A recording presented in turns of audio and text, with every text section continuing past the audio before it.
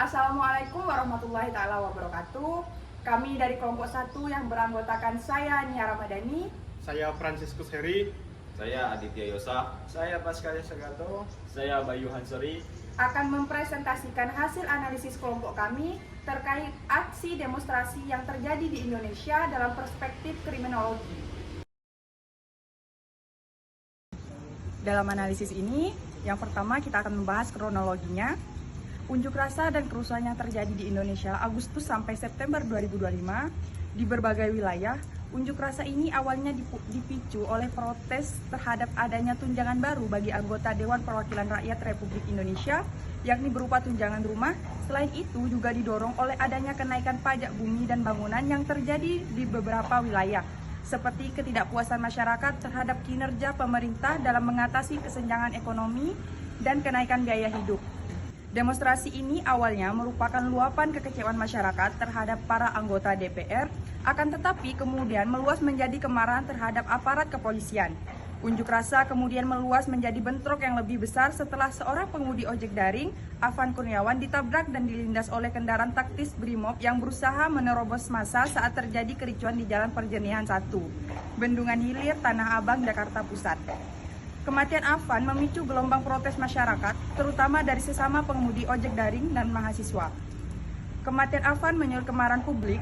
Selanjutnya, latar belakang unjuk rasa ini dipicu oleh usulan tunjangan perumahan baru untuk anggota parlemen. Tunjangan yang diusulkan sebesar 50 juta per bulan, 10 kali lipat dari upah minimum DKI Jakarta, ditambah dengan tunjangan makanan, transportasi, dan gaji pokok yang sudah ada, memicu kemarahan masyarakat. Frustasi ekonomi semakin parah akibat kenaikan biaya makan dan pendidikan, pemutusan hubungan kerja massal, serta kenaikan pajak properti yang diberlakukan oleh pemerintah daerah sebagai akibat pemotongan dana dari pemerintah pusat.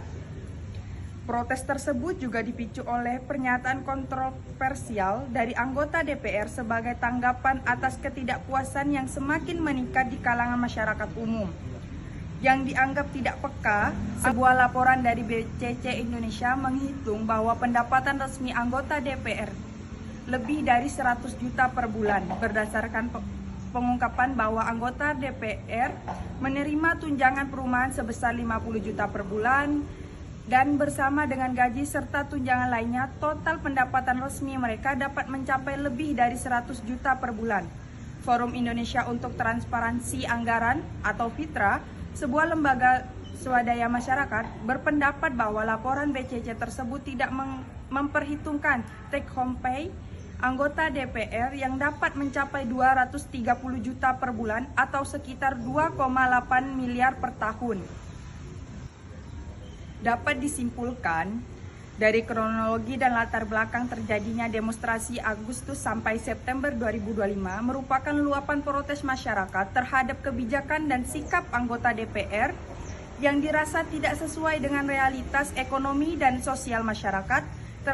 Tragedi kematian Afan Kurniawan menjadi katalis yang memperbesar aksi menjadi kerusuhan luas dengan bentrokan antara massa dan aparat keamanan. Demonstrasi ini membuka krisis kepercayaan publik terhadap DPR dan aparat pemerintahan serta menimbulkan dampak serius berupa korban jiwa, kerusakan fasilitas umum, dan ketegangan sosial yang masih berlanjut hingga September 2025. Selanjutnya akan disampaikan oleh rekan saya. Baik, kita akan mengidentifikasi korban dan kejahatan yang timbul. Untuk poin pertama, identifikasi korban meninggal. Pertama itu Afan Kurniawan, almarhum merupakan ojol dari Gojek yang meninggal dunia akibat tertabrak dan terlindas dari kendaraan rantis Brimob pada unjuk rasa di gedung DPR MPR RI Jakarta Pusat. Berikutnya ada Sarinawati, Saiful Akbar, dan Muhammad Akbar Basri atau dikenal Abai. Ketiganya ini merupakan staf dari pegawai DPRD Makassar yang meninggal akibat terperangkap di gedung DPRD, dan Pak Abai ini berusaha melompat dari lantai 4. Berikutnya ada Rusdam Diansyah, beliau merupakan pengemudi Gojek dari Grab yang dikeroyok massa akibat dituduh sebagai intel. Berikutnya ada Sumari, tukang becak di Surakarta, dugaannya diduga akibat terpapar gas air mata dengan kondisi korban memiliki riwayat sakit asma. Berikutnya ada Reza Sendi Pratama, mahasiswa Amikom Sleman Depok, meninggal akibat penganiayaan aparat kepolisian. Berikutnya ada Andika Lutfi Falah, merupakan siswa kelas 11 di SMK Negeri 14 Kabupaten Tangerang, meninggal di RS Minto Harjo di Jakarta akibat luka penganiayaan dalam unjuk rasa. Berikutnya, identifikasi kejahatan yang timbul dalam aksi, termasuk diantaranya pengusakan fasilitas umum, penjarahan, kekerasan terhadap aparat, dan pelanggaran dilakukan oleh aparat sendiri. Tindakan ini melanggar UU tentang pengaturan demonstrasi, peraturan Kapolri, Perkap, dan KUHP, dan pasal-pasal yang diperkenan tindakan tersebut. Polisi juga diduga menggunakan kekuatan yang berlebihan dalam mengatasi demo, termasuk tindakan represif yang menyebabkan banyak korban luka dan penangkapan semena-mena. Penggunaan kekerasan tersebut meliputi pemukulan, penggunaan gas air mata, meriam air atau water cannon, atau tindakan lain yang tidak profesional terhadap massa demonstran yang sebagian besar damai.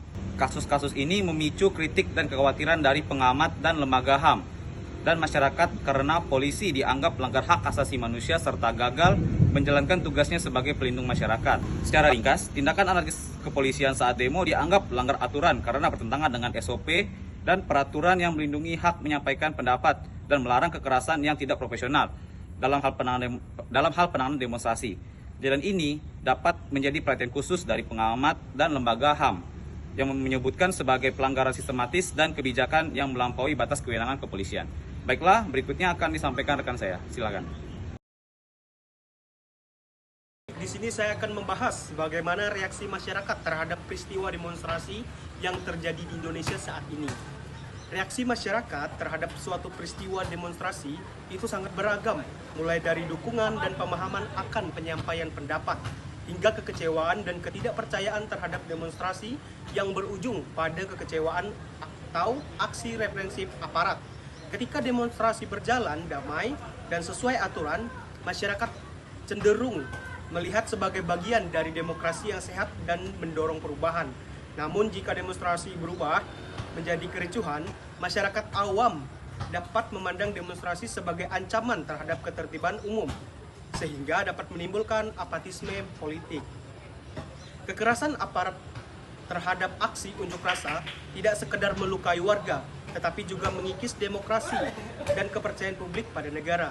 Di tengah suatu kekecewaan ini, masyarakat atas kondisi sosial dan ekonomi serta politik yang kian menekan belakangan ini seperti kenaikan pajak di tingkat nasional dan terhadap kesulitannya ekonomi masyarakat, aksi unjuk rasa menjadi ruang penyaluran aspirasi yang sah. Pentingnya memastikan ruang ekspresi warga melalui aksi unjuk rasa tetap dihormati sebagai bagian dari hak konstitusional untuk menyampaikan pendapat. Karena itu, aparat harusnya kembali mandatnya utama, yaitu hadir melindungi rakyat dan memastikan kedamaian, mendukung dan menjaga warga yang menyampaikan aspirasi dan pendapat, bukan sebaliknya, menggunakan kekuatan berlebihan yang justru berpotensi disalahgunakan dan menebar rasa takut di tengah masyarakat. Lebih ini, situasi ini juga menjadi perhatian serius kepada pemerintah Republik Indonesia, DPR RI Indonesia, dan pemerintah daerah dengan memperbaiki akuntabilitas kerja sekaligus perilaku lembaga negara tetap sejalan dan dapat menurut amanat rakyat. Berikut adalah dampak negatif dan positif menurut kelompok kami. Dampak positif menurut kelompok kami, yang pertama, mendorong perubahan kebijaksanaan. Mendorong perubahan kebijaksanaan, demonstrasi bertujuan untuk menyuarakan aspirasi dan menekan pemerintah agar merevisi kebijakan yang dinilai merugikan masyarakat. Yang kedua, meningkatkan kesadaran publik. Demonstrasi dapat mengangkat isu-isu penting yang sebelumnya terabaikan, sehingga masyarakat lebih peduli dan sadar akan masalah sosial, ekonomi, serta politik. Yang ketiga, meningkatkan partisipasi politik. Aksi ini juga menjadi sarana bagi generasi muda dan masyarakat untuk terlibat lebih aktif dalam proses politik dan transparansi dari pihak pemerintah. Yang keempat, memperkuat solidaritas. Memperkuat solidaritas demonstrasi bisa menjadi wadah untuk menyatukan berbagai kelompok yang memiliki kepentingan aspirasi yang sama. Jadi, dampak negatifnya menurut kelompok kami, gangguan ketertiban umum.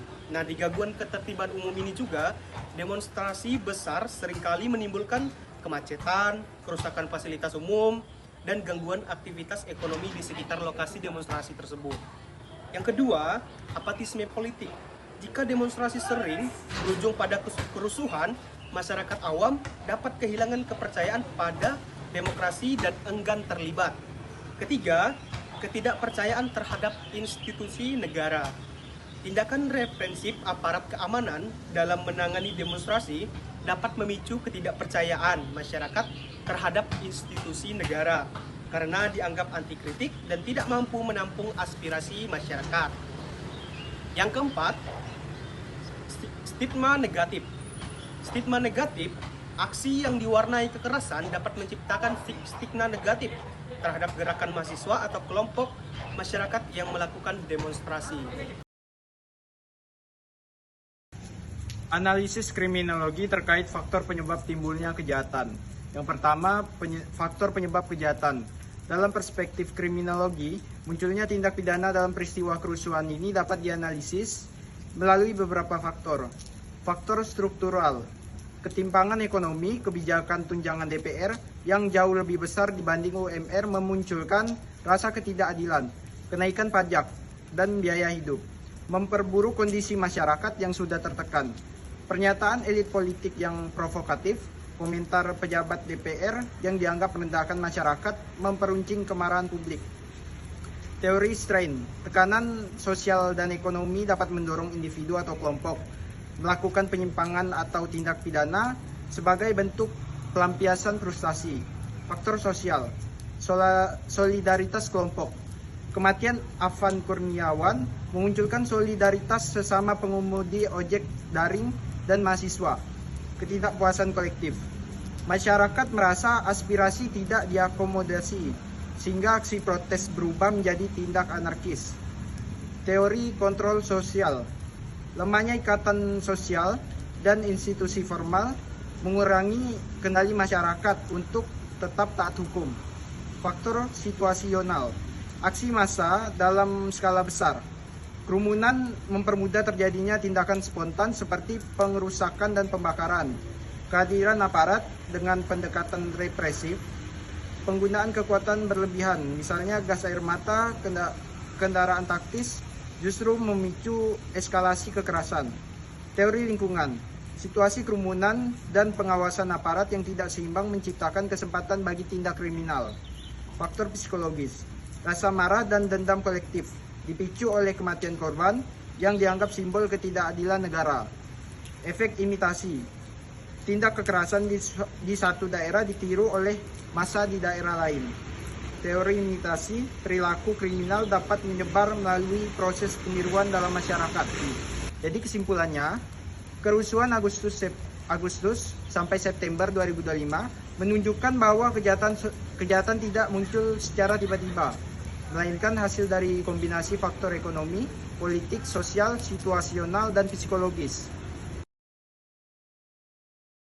Baik, saya akan memberikan solusi agar eskalasi kejahatan dan kekerasan tidak terjadi. Ini solusi untuk jangka panjang dan jangka pendeknya. Untuk jangka pendek, yang pertama, pendekatan persuasif dan dialog lapangan. Aparat jangan langsung menunjukkan wajah tegas dengan barisan, tameng, atau senjata. Sebaliknya, yang dikedepankan adalah komunikasi. Ada tim negosiator yang siap ngobrol dengan koordinator aksi. Jadi, kalau ada tuntutan, keluhan atau gesekan kecil bisa segera diredam lewat obrolan atau tindakan represif. Intinya mendengar dulu, bertindak kemudian.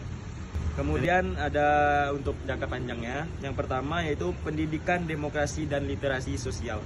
Kunci dari demonstrasi yang sehat adalah pemahaman masyarakat tentang hak dan kewajiban. Jadi perlu ada program edukasi sejak sekolah, kampus sampai komunitas. Anak muda harus paham bahwa penyampaian pendapat itu hak, tapi ada tata cara dan batas hukum yang mesti dijaga. Dengan begitu, demonstrasi jadi ajang menyuarakan ide, bukan bentrok ya.